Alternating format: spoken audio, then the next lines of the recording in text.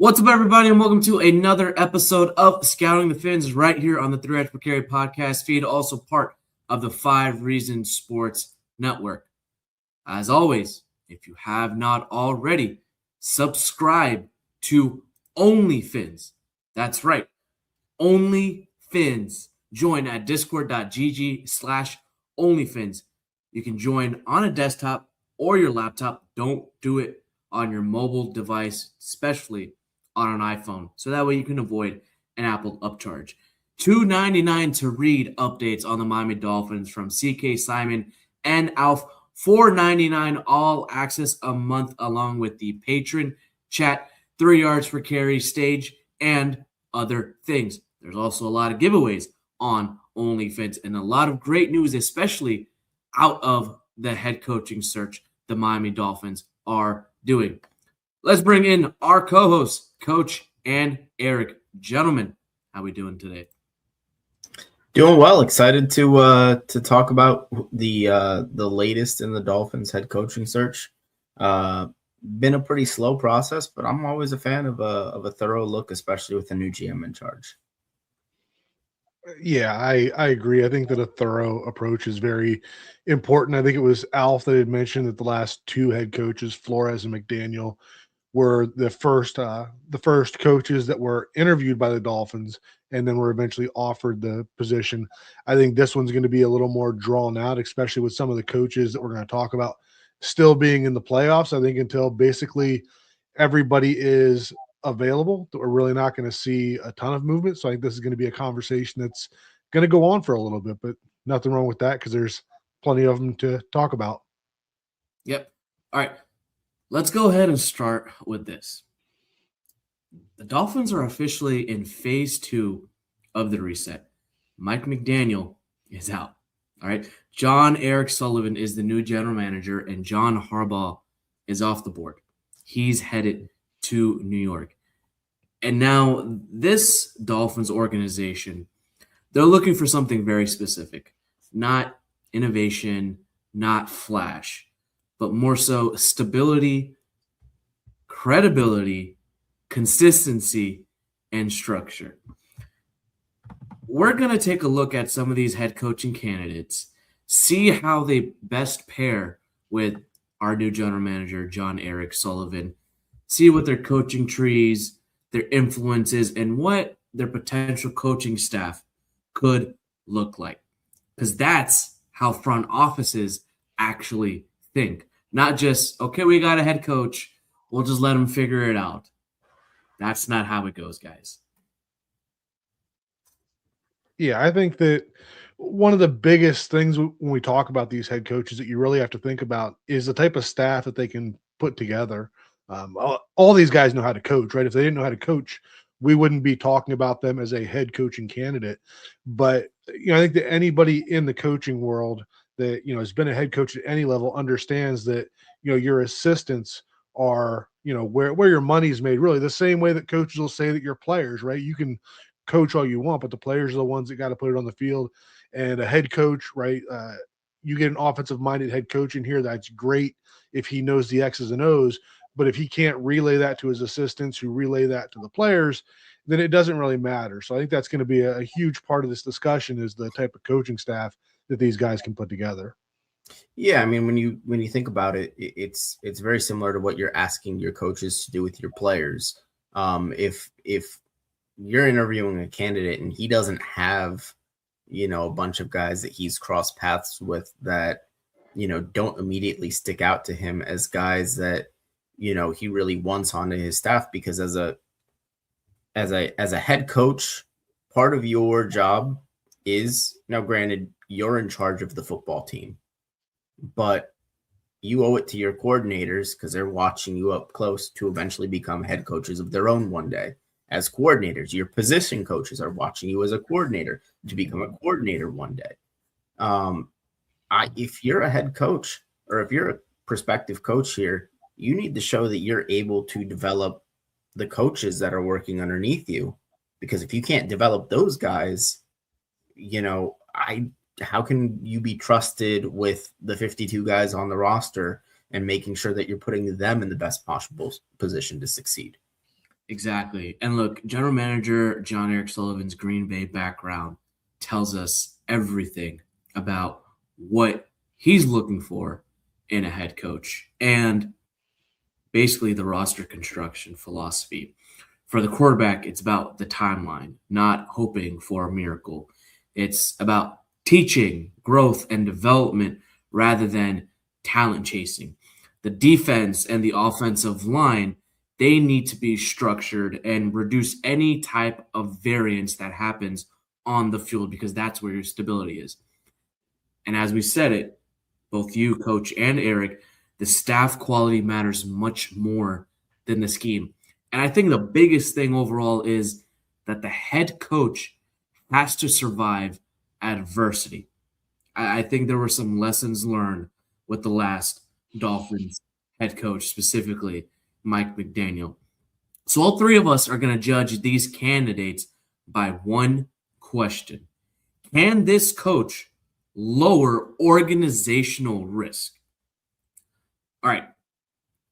The Dolphins have a pretty decent list of head coaches they're interviewing, and I'll just go off the list right here. Anthony Campanelli, Patrick Graham, Jeff Hafley, Clint Kubiak, Jesse Minter, Robert Saleh, Kelvin Shepard, Chris Shula, Kevin Stefanski, and I feel like I might be missing one or two with the amount of people that are on there. The Dolphins have already interviewed Kevin Stefanski.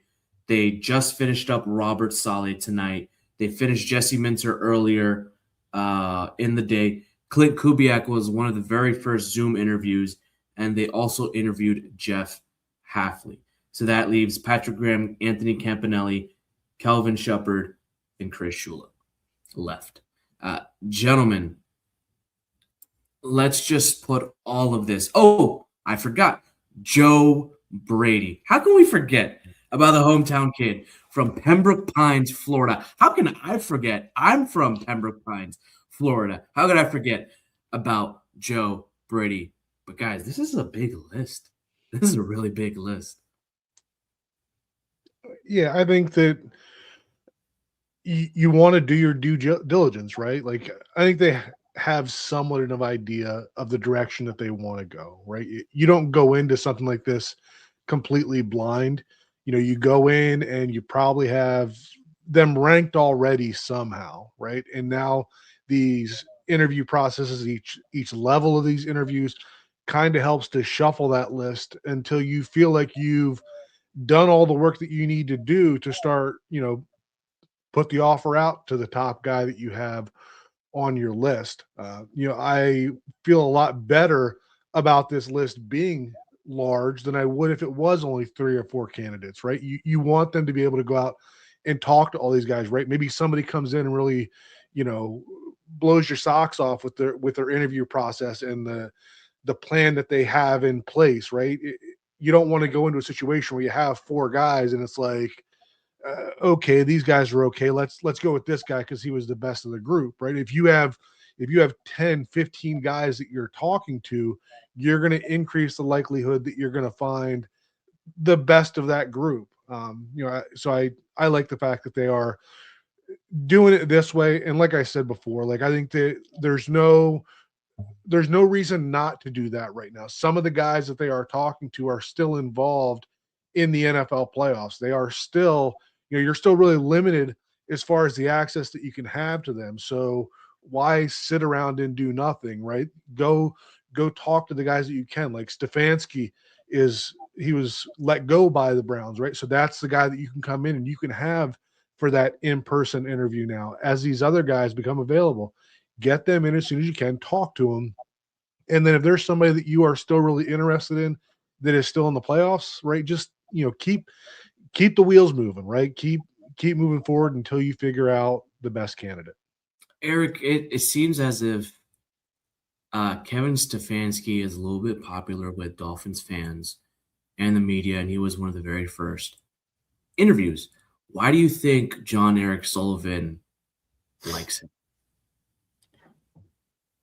I think when it comes to a guy like Kevin Stefanski, number one, I think that there is a track record of success. People take a look at the last 3 years in Cleveland, And I think that he kind of got a bad rap there. I mean, you go out and you get saddled with Deshaun Watson at 5 years, 250, fully guaranteed.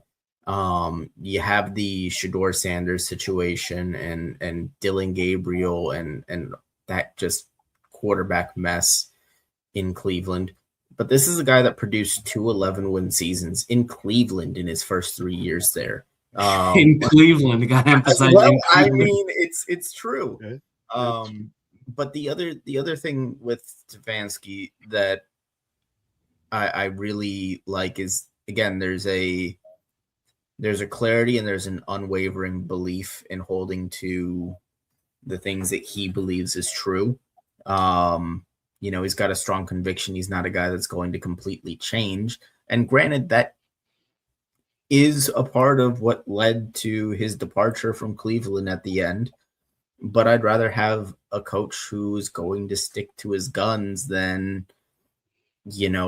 potentially change on a whim from game to game, season to season. And I think that the first thing that you're looking for in this round of speed dating with all of these different head coaching candidates is, are we on the same page philosophically?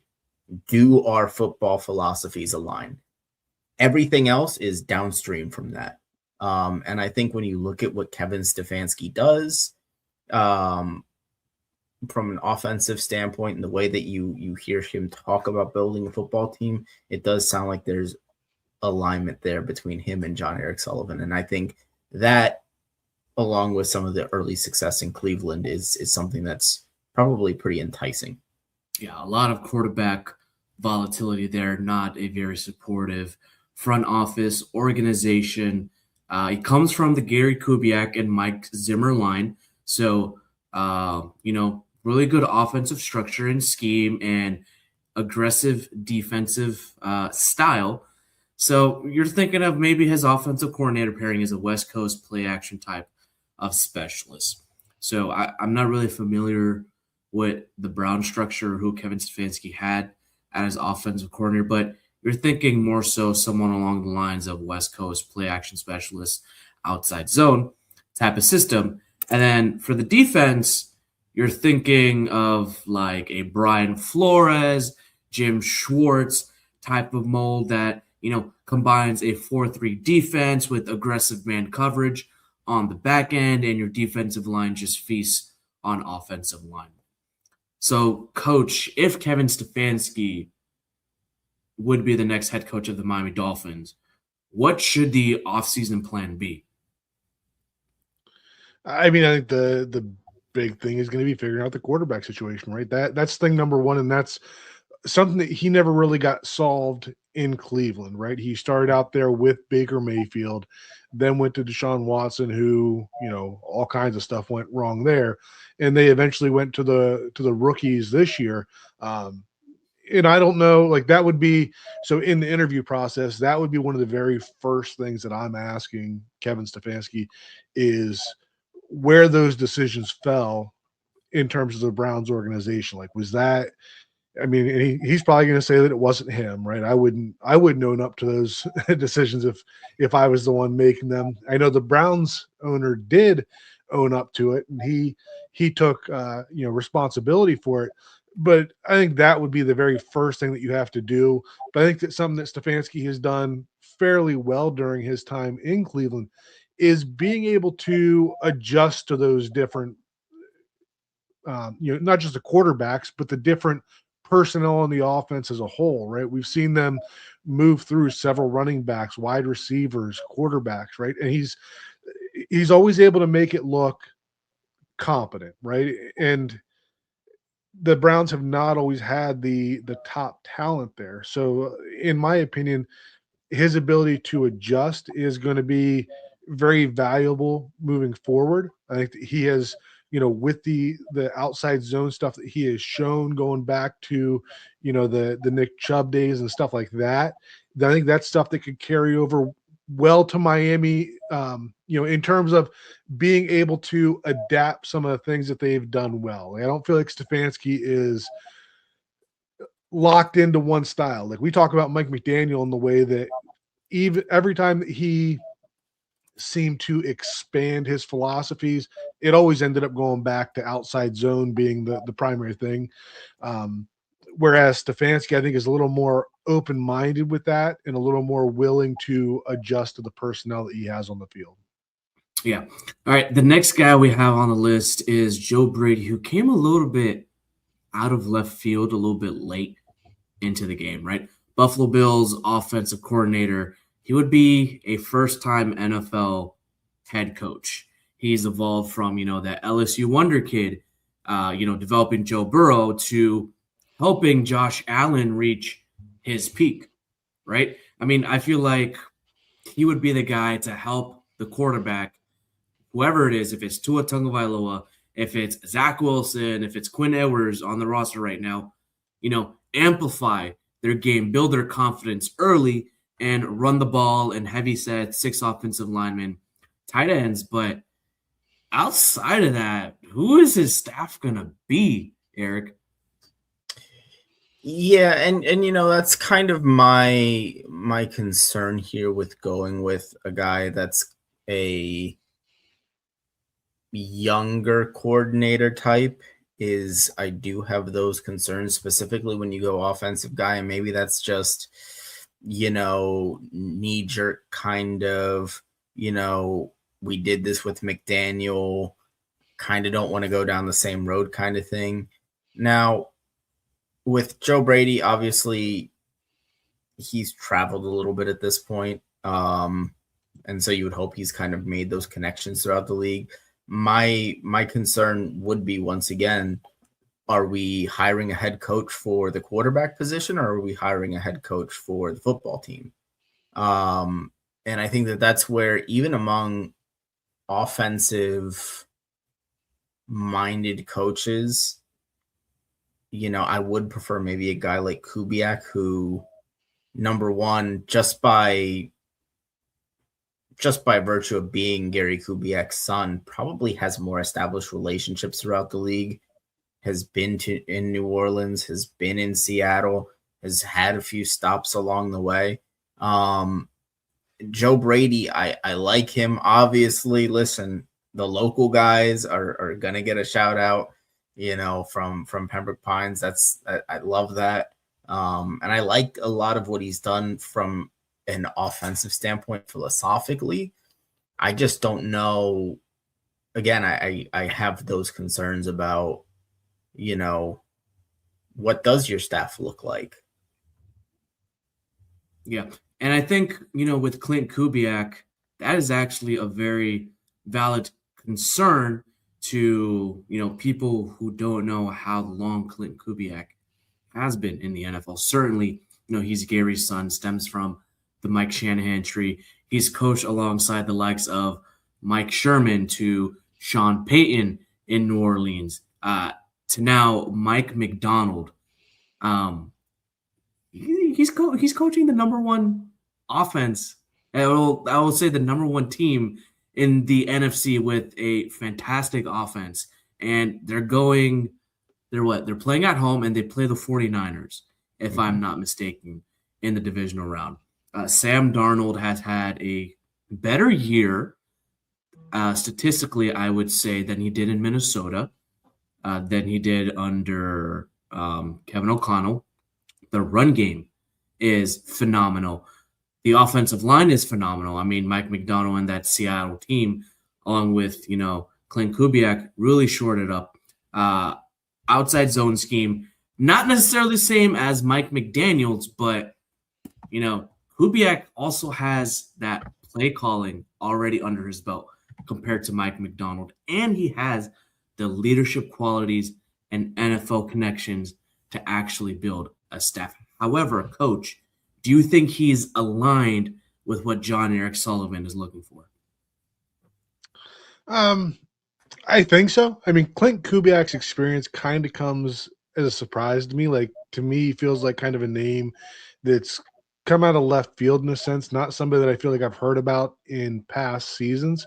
But when you go back and you look at the experience that he has, like I have concern with some of these guys have only been a coordinator for a year or two, and now we're suddenly talking about them as a head coach. We just talked about Joe Brady, right? And um, he doesn't have a wide array of NFL experience. So, when you talk about the ability to build a staff, right, that's a concern there. But when you go back and you look at Clint Kubiak's experience, I mean, he was, a quarterbacks coach and then offensive coordinator with the Vikings. He was a passing coordinator with the Broncos, passing game coordinator with the 49ers, offensive coordinator now with the Seahawks, and an offensive coordinator with the Saints in there as well. So he has bounced around several different organizations, and that's the way that you build those relationships, right? It's harder to come up through one organization, only talking to one group of coaches, and then be able to draw them away.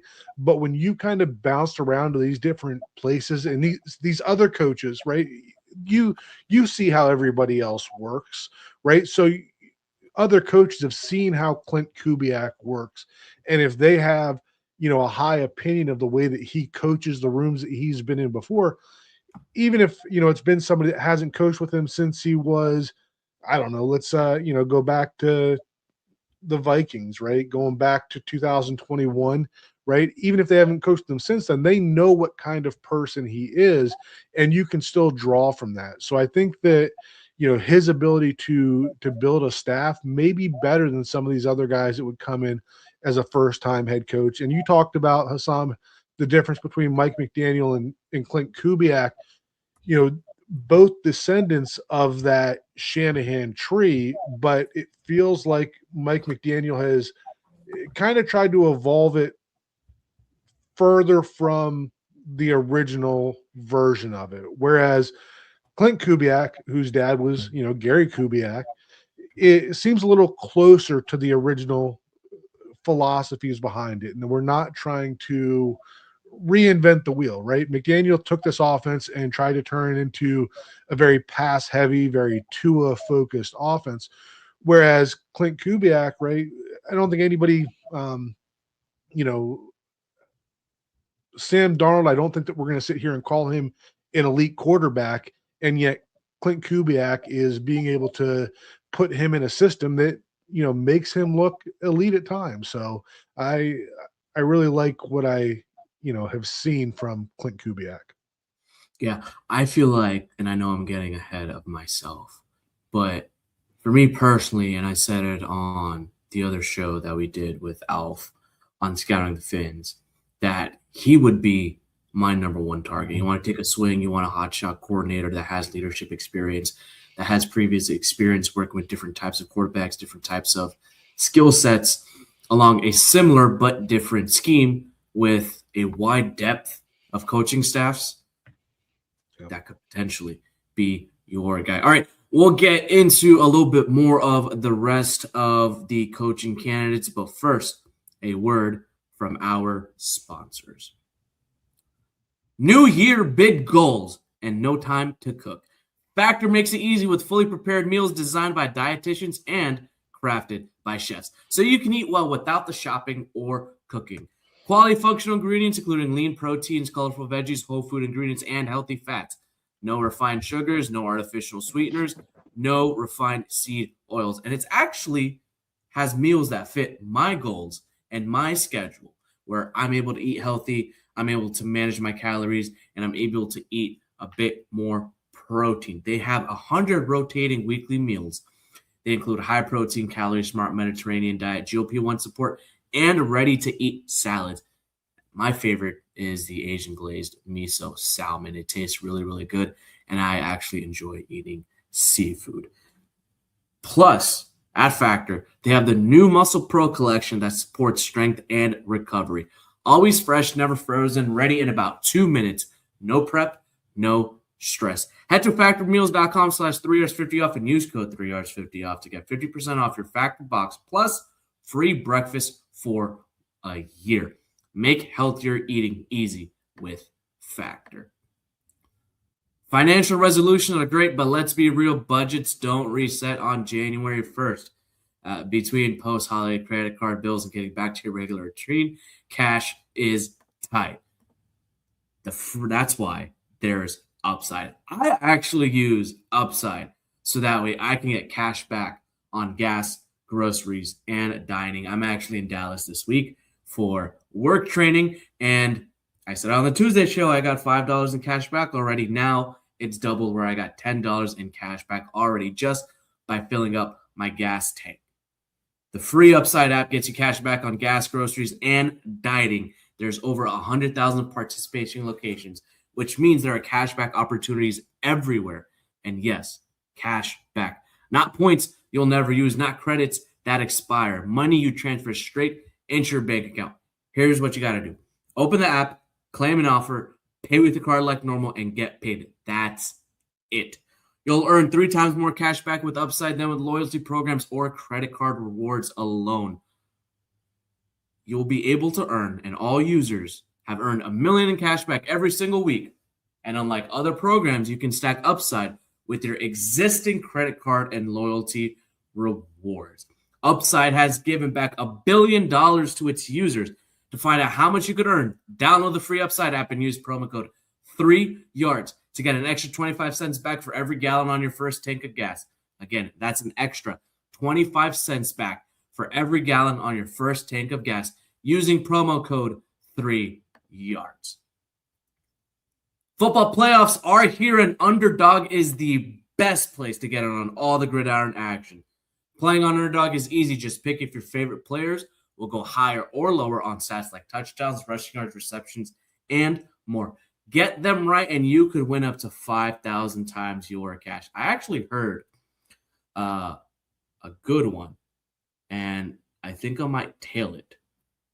I'm looking at the Bills-Broncos game, and I'm taking Josh Allen higher 0.5 interceptions, and I'm also taking Bo Nix higher 0.5 interceptions as well, because those defenses know how to play.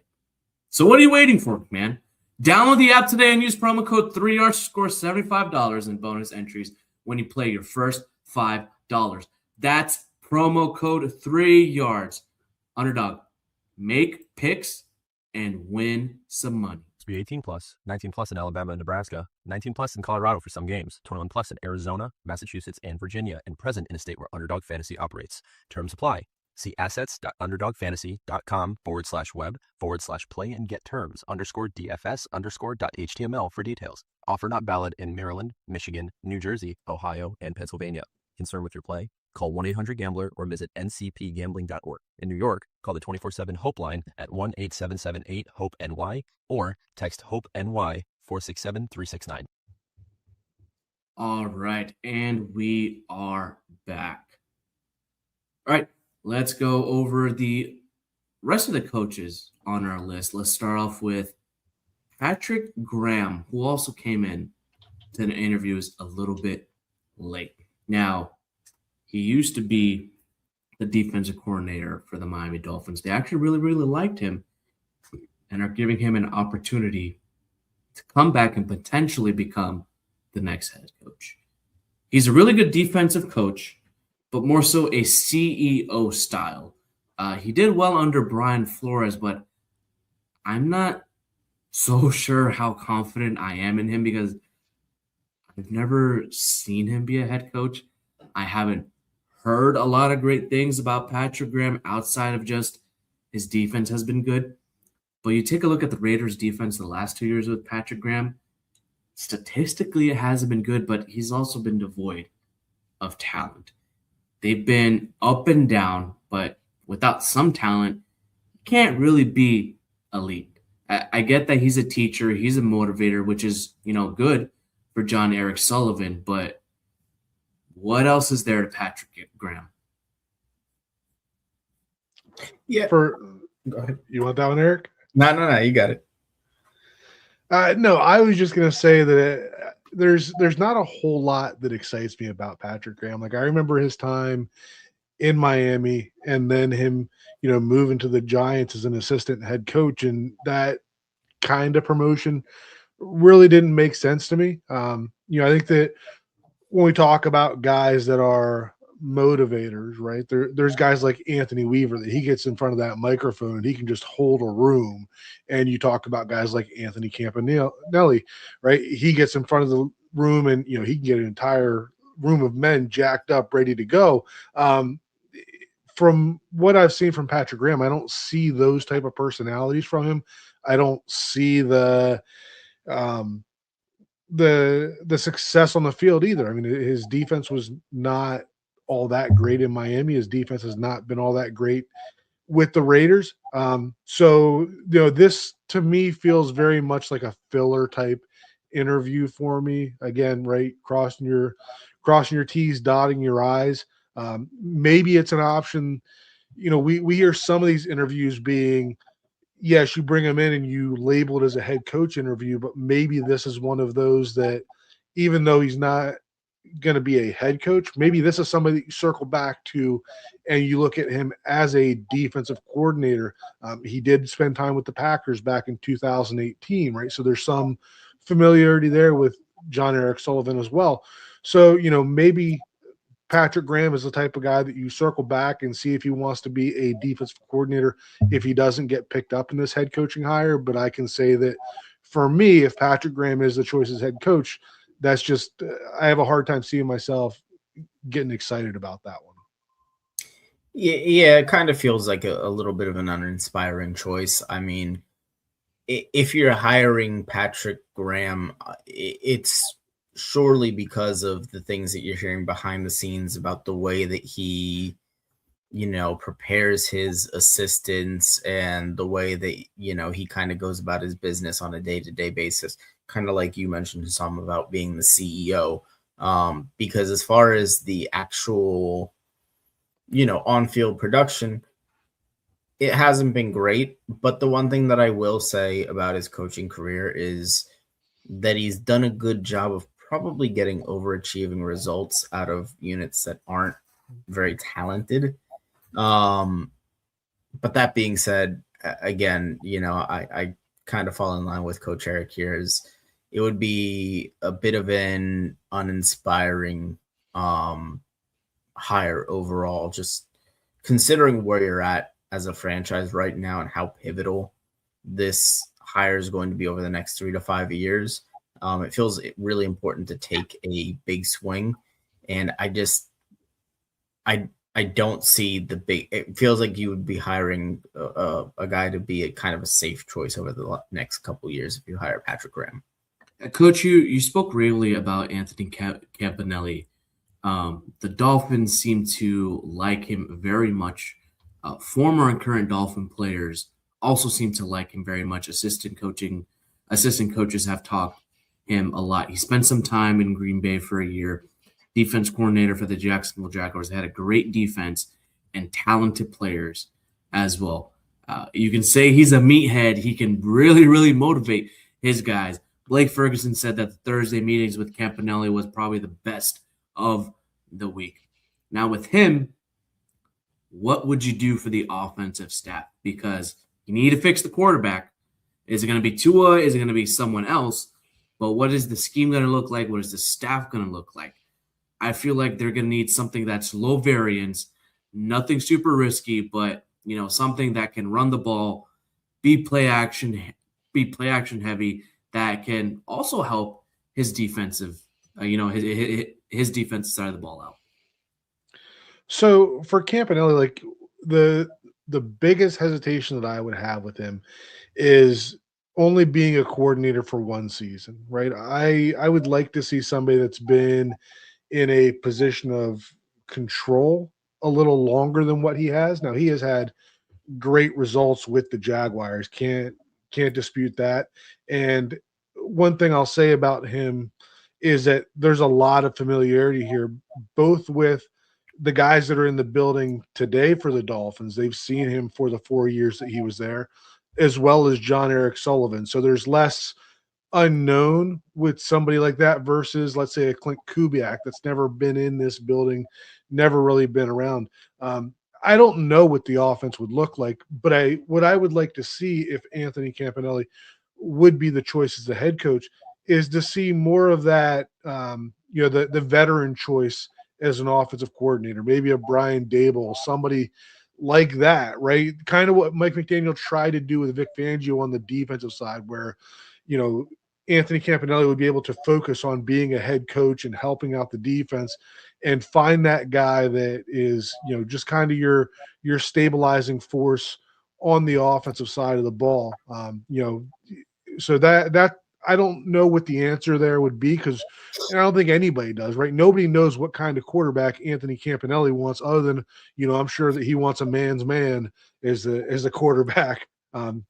Yeah. But he's not going to go out and bring in the Shadur Sanders or somebody with the quirky personality like that. I don't think, at least, right? Like I said, nobody knows, but I would prefer to see him kind of turn that side of the ball over to somebody else that's been there, preferably been there in a head coaching role, and not separate himself from there, but somebody that he doesn't need to feel like he needs to impose his philosophies on that side of the ball. Yeah, I feel like the only pairing that would work well with an offensive coordinator is someone he's worked with before. So I'm thinking of Josh Grizzard, who was the Dolphins' former wide receiver coach under Brian Flores, under Mike McDaniel, and was the offense coordinator for Tampa Bay, but was just, fired. He was used as the scapegoat for Todd Bowles. And then as for the defense, he could bring in someone from the Vic Fangio tree. He could bring his staff with him in Jacksonville as well. Maybe,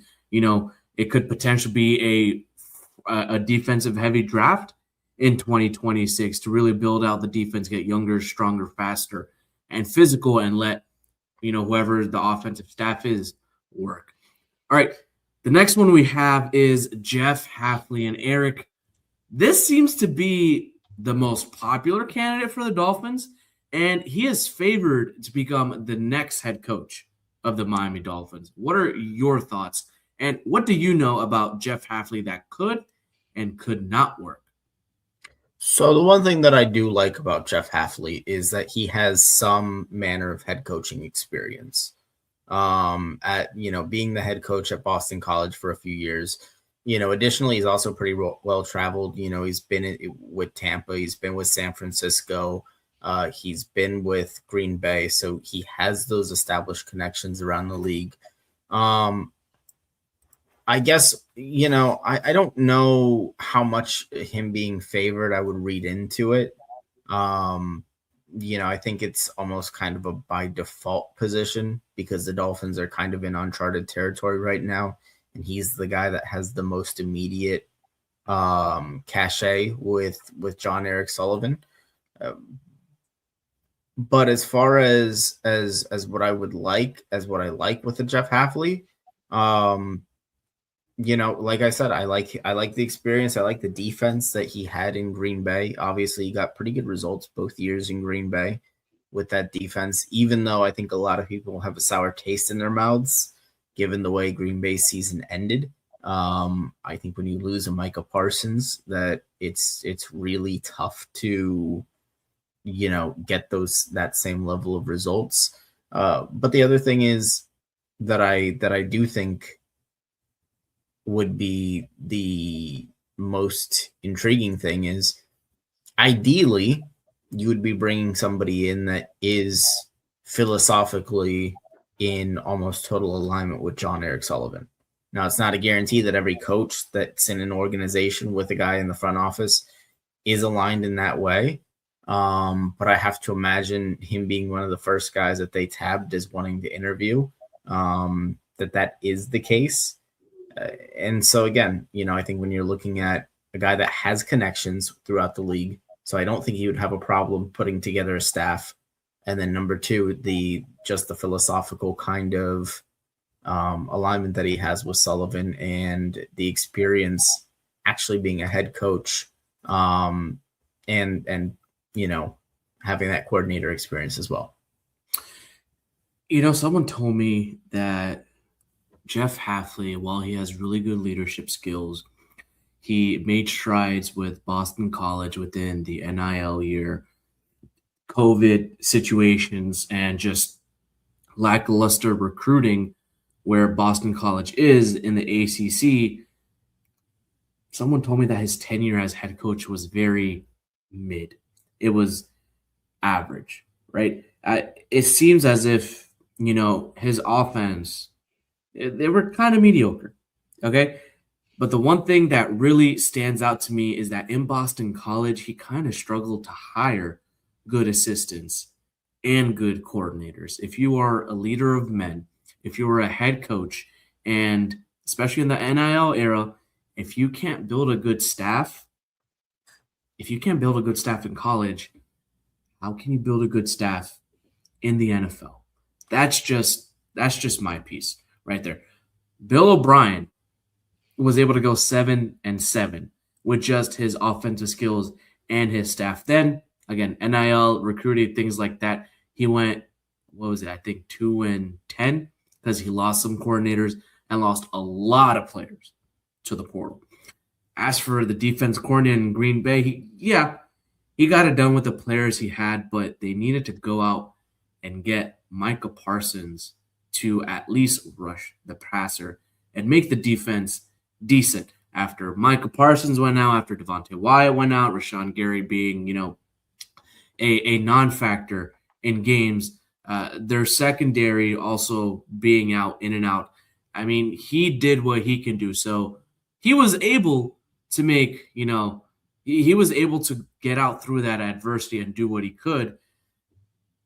I just don't know about the offensive side of the ball. Great leader, very, cool, calm, level-headed, can teach, but the offensive side of the ball as well is where the money is going to be made, not just the defense. Because if your defense is good and your offense isn't, especially in the AFC East, playing up against potential MVP candidate in Drake May and former MVP winner in Josh Allen, you got to keep up with that.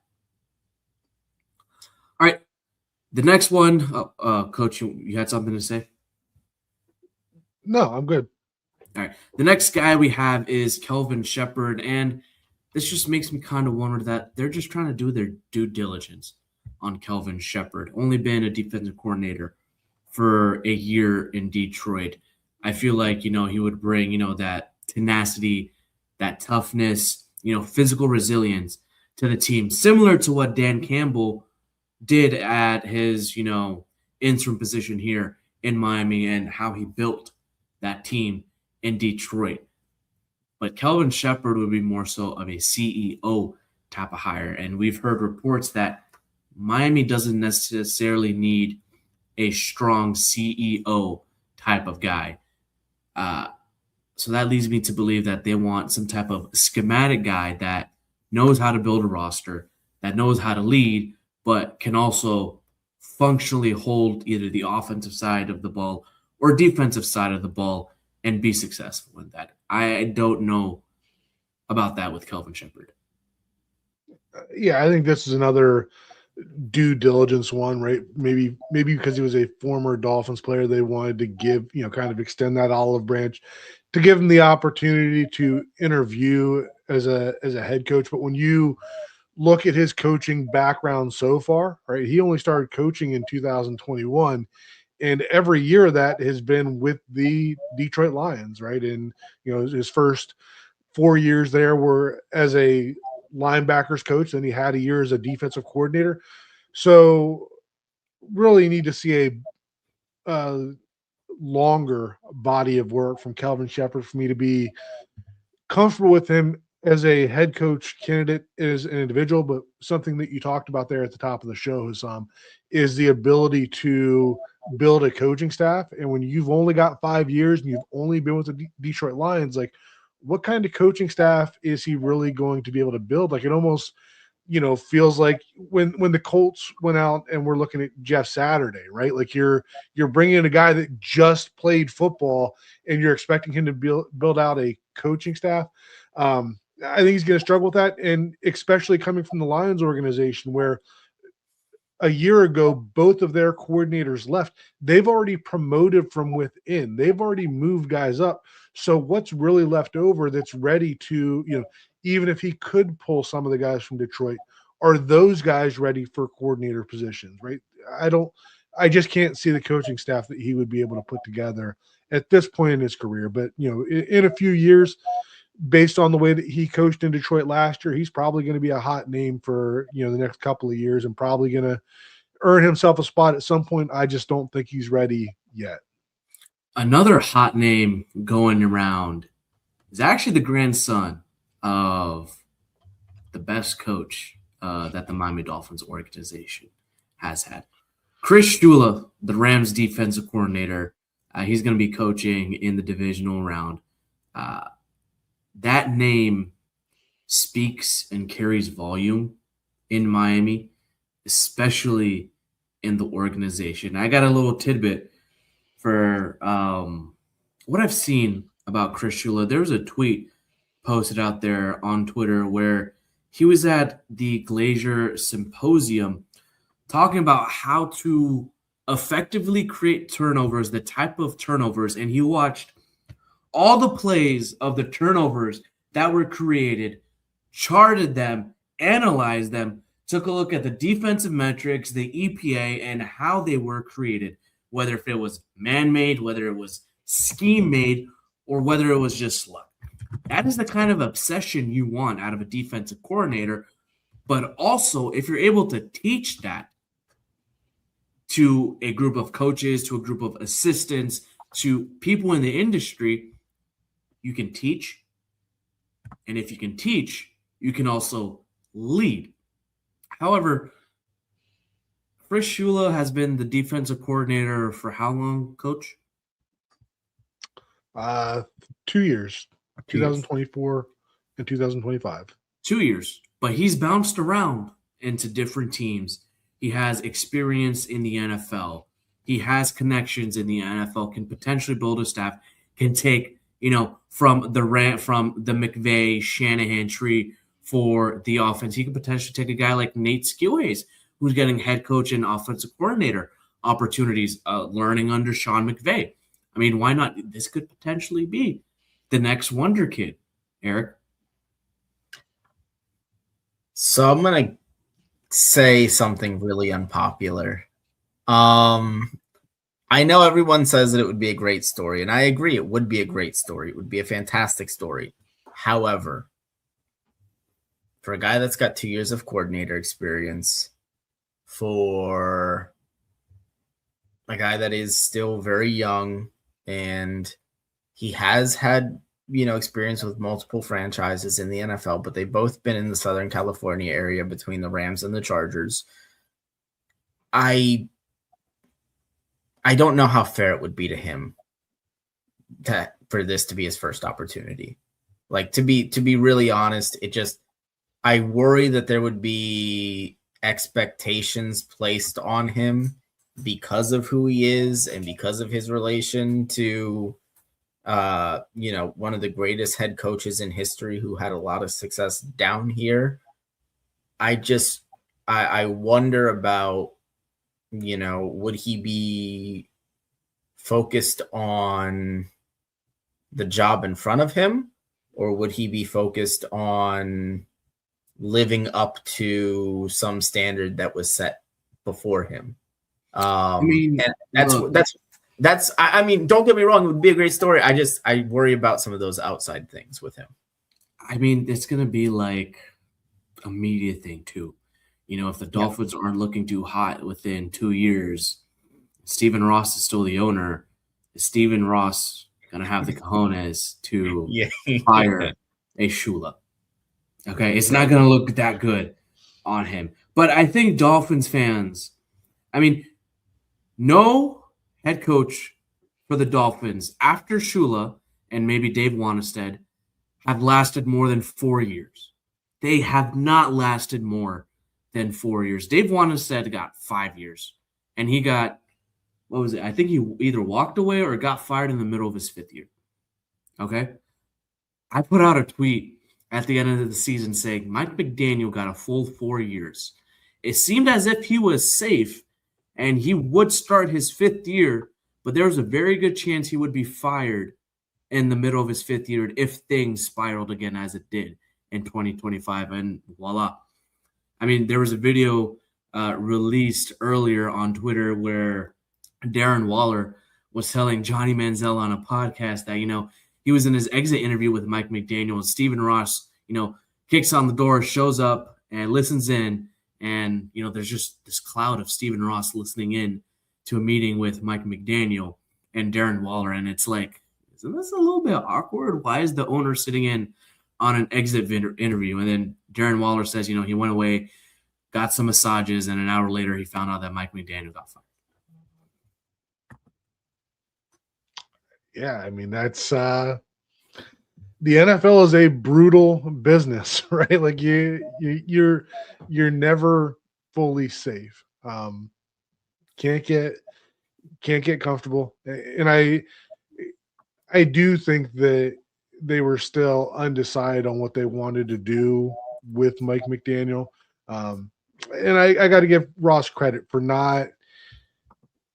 I mean, it feels like he was slow in making this decision, but it also feels like, when you hear something like that it was like, okay, we've made the decision. It's time to pull the Band-Aid off instead of, dragging this out, kind of courting other coaches and, seeing if maybe there's something better out there. So, yeah, we kind of I'm sure a weird experience for Darren Waller to go through his exit interview with Mike McDaniel and then find out an hour later that he's no longer the head coach. But I mean, that's the nature of the beast. Yeah, that's the nature of the beast. And Chris Shula has worked under, I think it's Wade Phillips with the Rams. I think that Super Bowl year. Who else has he worked under? Obviously, the Sean McVay tree as well. A lot of collaborative systems in place. He was with the Chargers from 2015 to 2017. He was under John Picano, Bob Babich, which was Bobby Babich's dad, who's the Bills defensive coordinator, Chris Harris as well. Craig Aukerman was actually the special teams coordinator at the time with the Chargers. So there's a little bit of, familiarity and flexibility there where, he knows some people. All right, the last coach we're going to get to, and I think he might be a dark horse in this process, and his interview was completed earlier tonight. Robert Saleh of the San Francisco 49ers. This is his second stint as a defensive coordinator for the 49ers. He was the former head coach of the Jets, and he has a bit of connection to John Eric Sullivan because the year he was fired with the Jets, he also consulted with the Packers on the defensive side of the ball. So that is a little bit interesting. And he's a former head coach. Eric, your thoughts? Yeah, I mean, I know that this is a candidate that a lot of people kind of look at and instinctively, because of his Jets tenure, kind of turn their nose up at Saleh. But, he's a guy that I wouldn't mind being the team that gives him that second chance. When you look at what he's able to do on the defensive side of the football, I mean, he's a fantastic defensive mind. Number two, I think he's a really good leader. And the Jets, they're the Jets. I mean, not to sit here and act like the Dolphins have been a model franchise over the last 20 something odd years. But at least they got the Jets. Right. Yeah. Well, yeah, pretty much. I look at Robert Saleh, and I kind of point to him being a guy that I think got a little bit of a raw deal in New York, just with a lot of the mess that kind of goes on there with the media and what have you, and the different controversies that inevitably come up as with the Jets organization throughout a season. Granted, he'll have his fair share of those in Miami, but I think the big thing that you have as a organizational theme with John Eric Sullivan, and it's something that I really think Robert Saleh fits in with, is this theme of structure. That is, if you're looking for organizational structure and you're looking for a solid foundation, I think Sullivan at the top, Saleh as your head coach, is a solid place to start, and you can build out from there. Yeah, for me, like you said, the vision of him being a New York Jets head coach leaves a sour taste in my mouth. But if I step back and, looking at his resume, like if we wipe the names from these resumes, they were all submitted anonymously. Like his would probably be at the top for me. Like I said before, I don't necessarily want a first-time head coach. That's not what Saleh has. I have some concerns with a guy like Stefanski going straight from one head coaching position to another. That's not what Saleh did. Saleh had a head coaching position, went back as a coordinator, had success again, and is now back on that coaching search. This isn't a guy that's been in one location the entire time. He's been with the Texans, been with the Seahawks, the Jaguars, 49ers, Jets, and the Packers, right? So he's been all over the place, has made a lot of connections. And then in addition, right, one of the big things I like about Jeff Hafley is the fact that Sully has experience with him. He knows what he looks like in the building. Well, guess what? He's seen the same thing with Robert Saleh, seen the way that he works, right? So for me, like, even though I don't like the Jets thing, I don't like that, right? But he checks damn near every box for me. So I agree that he could be a dark horse that really fits what I would like in a head coach. And look, the Jets thing, not a lot of organizational support. Okay. The Jets back in 2021 and 2022 were, 7 and 10 in 2022 with the New York Jets after what they've been through the last 10 decades. Pretty impressive. And then just the pressure in New York, the New York media, ownership not being helpful. That's not a good situation to be in. Okay. He spent time under Pete Carroll. Okay. He was part of that Legion of Boom era on the defensive side of the ball as a quality control guy, as, an assistant coach. Under Gary Kubiak as a defensive quality guy. Has worked with Mike McDaniel, has worked with Matt LaFleur, has worked with Kyle Shanahan, has worked with Clay Kubiak in San Francisco, who could potentially be an offensive coordinator guy. Another, understudy of Kyle Shanahan. He can also go back and potentially get a guy like Nathaniel Hackett. He can get a guy like Mike LaFleur as his offensive coordinator. He has a breadth of experience, has breadth of, connections in terms of the offensive side of the ball. And if he brings a West Coast type of guy, hey, the pieces are already there on the offensive, for the offensive skill set. He's been under Gus Bradley in Jacksonville. Okay. He's been a former head coach. We list a lot of these positives, but talking about Saleh, he's a leader. He is able to actually motivate his guys to do their jobs. He's able to build a quality defensive staff. We saw it in 2022 and 2023. Like, that's Jets defense. Even though they were devoid of talent with injuries, they were still playing hard. They gave the Dolphins a little bit of trouble in the Mike McDaniel era, but the Dolphins were, just extremely talented. No one had figured out Mike McDaniel's offense just yet. But, hey, they were in it for at least the first half of the game, and then the Dolphins just blew the door open. Now in San Francisco, they have so many injuries on the defensive side of the ball that it is very, very impressive that they've reached the divisional round. And I really want to see how they do up against Clint Kubiak's offense. Like, that is the game to watch. And if Robert Saleh is able to slow them down with linebacker number 4, linebacker number 5, edge rusher number 3, edge rusher number 4, cornerback number 3, that is a statement right there. And I really, really hope the Dolphins take a very hard look and make him a favorite to land his head coaching job. All right, folks, that is it here at Scouting the Fins. Make sure you stick with us here. We're also part of the 3 Yards Per Carry podcast feed, also part of the 5 Reasons Sports Network. Coach and Eric, thank you for joining us. As always, go Fins.